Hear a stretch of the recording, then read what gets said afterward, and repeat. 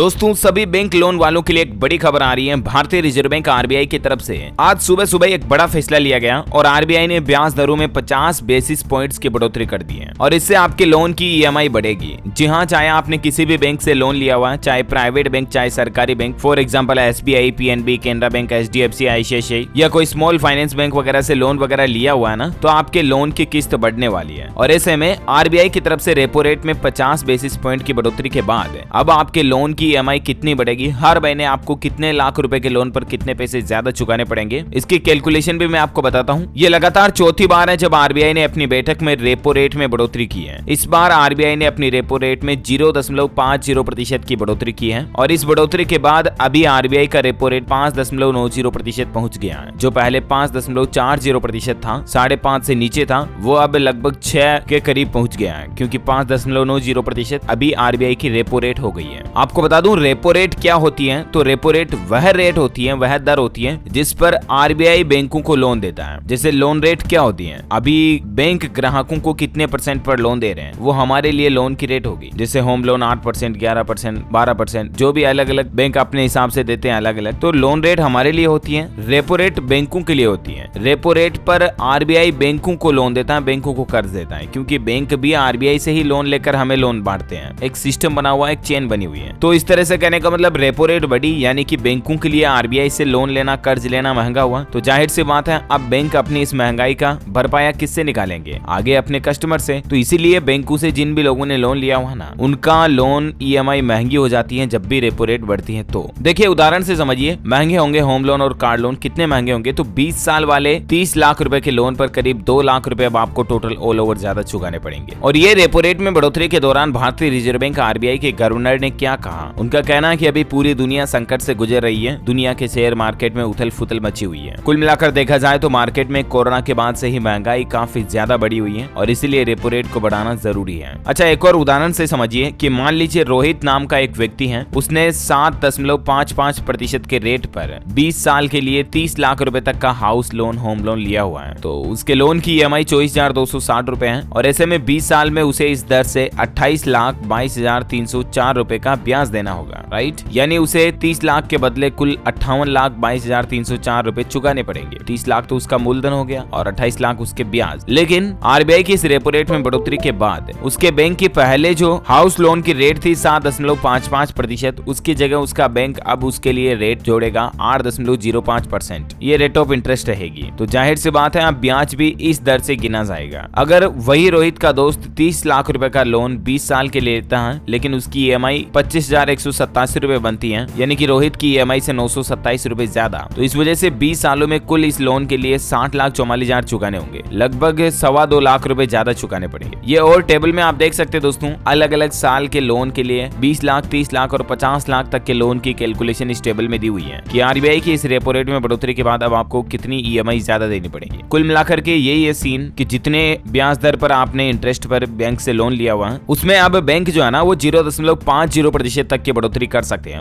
उनके पास ये इजाजत हो गई आरबीआई की तरफ से। कहने का मतलब यूं समझिए आप 58 रुपए ब्याज बढ़ा सकते हैं आपके पैसों पर। हालांकि कुछ बैंक कम भी बढ़ा सकते हैं, कुछ पूरा भी बढ़ा सकते हैं, तो डिपेंड करता है बैंक कौन सा वगैरह वगैरह पर, है ना। उम्मीद है दोस्तों आरबीआई की तरफ से ये न्यूज अपडेट इन्फॉर्मेशन आपको जरूर जानने मिली होगी। और भी आपके मन में इससे संबंधित कोई सवाल जवाब है तो मुझे नीचे कमेंट करके पूछिएगा, मैं रिप्लाई करने की जरूर कोशिश करूंगा। वीडियो को लाइक और शेयर करना, हमारे चैनल डीएलएस न्यूज को सब्सक्राइब करके बेल आइकन जरूर दबा दीजिएगा। Thank you, take care, good bye, जय हिंद, जय भारत, वंदे मातरम।